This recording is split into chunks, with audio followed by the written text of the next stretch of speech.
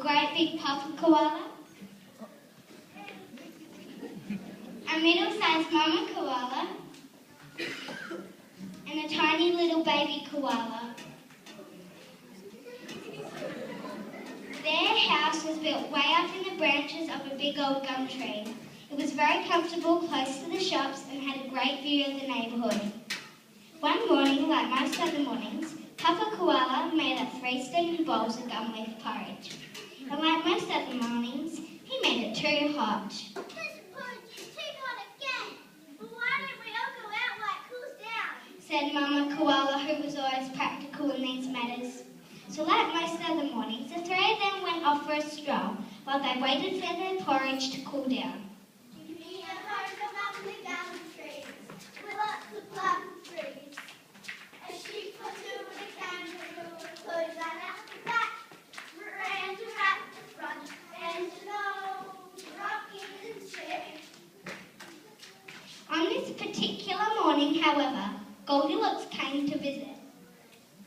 Goldilocks was a foul-book-rested cockatoo, and like every good cockatoo, she was loud, greedy, and destructive. Hello, are you going to be home? When nobody answered, Goldilocks wandered in to see if there was anything good to eat. In the kitchen, on the lowest branch of the tree, Goldilocks found the table set with 3 steaming bowls of porridge. First, she tried a spoonful from the great big bowl. Ah, it's too hot. Next, she tried a spoonful from the middle-sized bowl. Yuck, it's too cold. Then, she tried a spoonful from the tiny little bowl. It's just right. So Goldilocks gobbled it down without a second thought. When she had finished eating, Goldilocks noticed the koala's technology on the table. This iPhone's too small. This iPad's too big. This iPad mini's just right. But as Goldilocks got up to leave the table to explore the rest of the house, she dropped the iPad mini and the screen shattered. Oh, well, my bad. Further up the tree, Goldilocks came to the lounge branch where she found 3 chairs. First, she tried the great big chair. This chair's too hard. This chair's too soft. This chair's just right.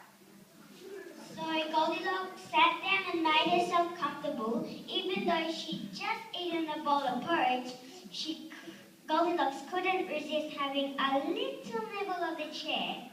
Before she knew it, she had chewed baby koala's chair completely to pieces.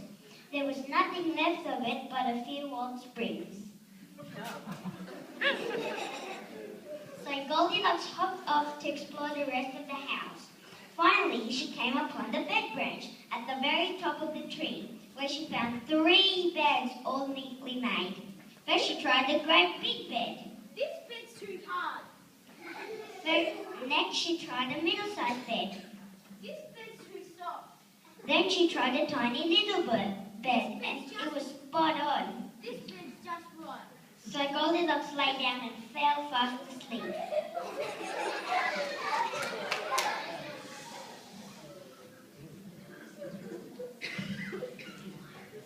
Meanwhile, the koala family returned from their walk. They climbed up into the kitchen branch, expecting to find it nice and clean as they had left it. Instead, they found a pigsty. Who's been eating my porridge?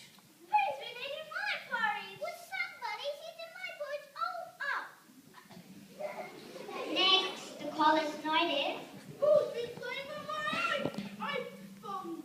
Who's been playing with my iPad? Somebody's broken my iPad mini and the screen shattered.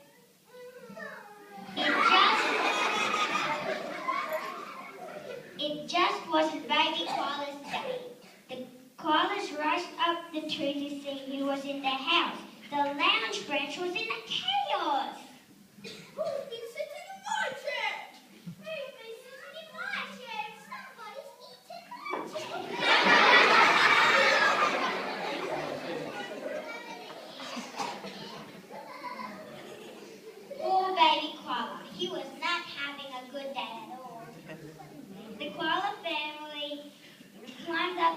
bed branch to see if they could find out who had been wrecking their house. Who's been sleeping in my bed? Who's been sleeping in my bed? Somebody's sleeping in my bed. And they're still there. It's that Goldilocks.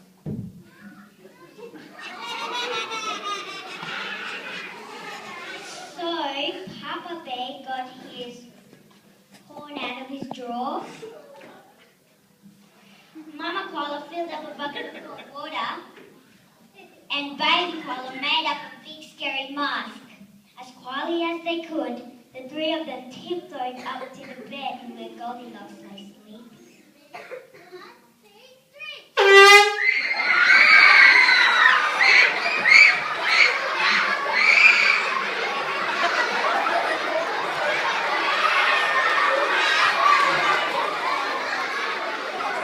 That Goldilocks leapt out of bed, rushed down through the branches of the tree, out of the house, and never ever came back to bother the family, I guess.